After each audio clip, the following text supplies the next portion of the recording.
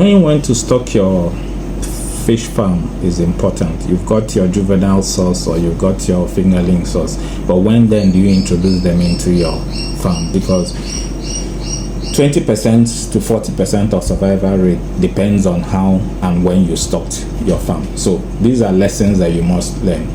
Do not stock your fish without learning these lessons. Number one, timing matters. Okay, don't stock your fish in hot months or when the weather is really hot. Why? Because temperatures are high, it affects dissolved oxygen, it creates high stress, and there will be poor feeding and then high mortality.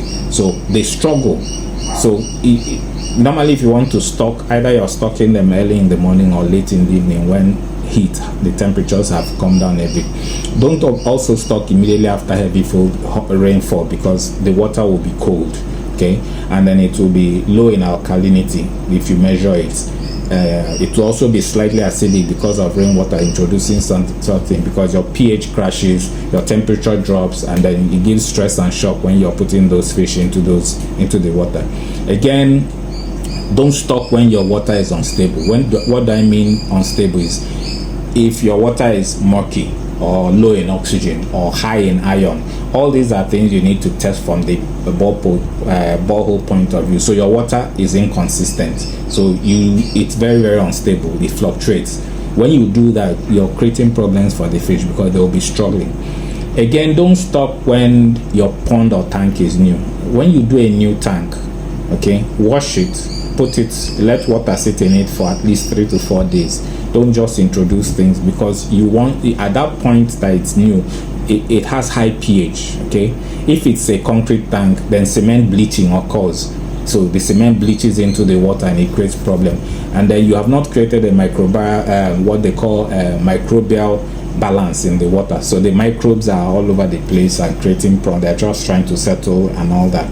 So what you need is, when you have a new tank, proper washing. Wash it, condition it, leave it for 3 to 7 days for stabilization before you introduce any new fish into it. Stocking in when the tank is still new creates stress for the fish, so don't even do it. Also, don't stock when you're not ready to manage the pond. What do I mean by that? If you're going to travel, if you're not going to be around, don't stock. It needs your attention. Okay, if you're going to be busy doing other things and you won't have time for the fish, don't stock, because at that point the fish you need to watch to see how they react and what happens to them. When you don't have fish food available for them, don't stock.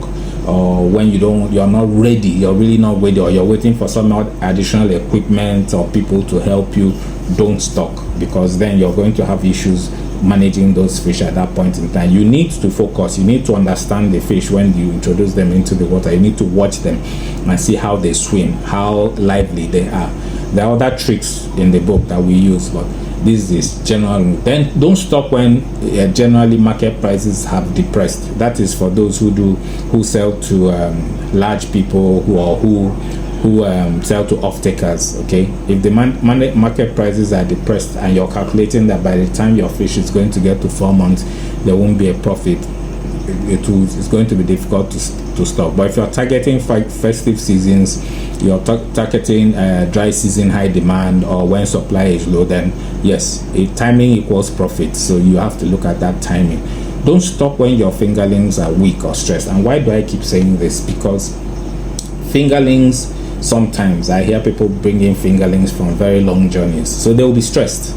Okay, they'll be stressed traveling all that distance. Or if you look at them, they're looking weak or pale, or they're gasping, or they're too small for your plant. Don't stock, because you're already going to have a problem. Bad fingerlings will ruin everything for you, so don't stock. Don't again stock when you have left the pond for too long and then there are predators like frogs or insects or snails in your pond. You're already creating problems because they're going to feast on your fish.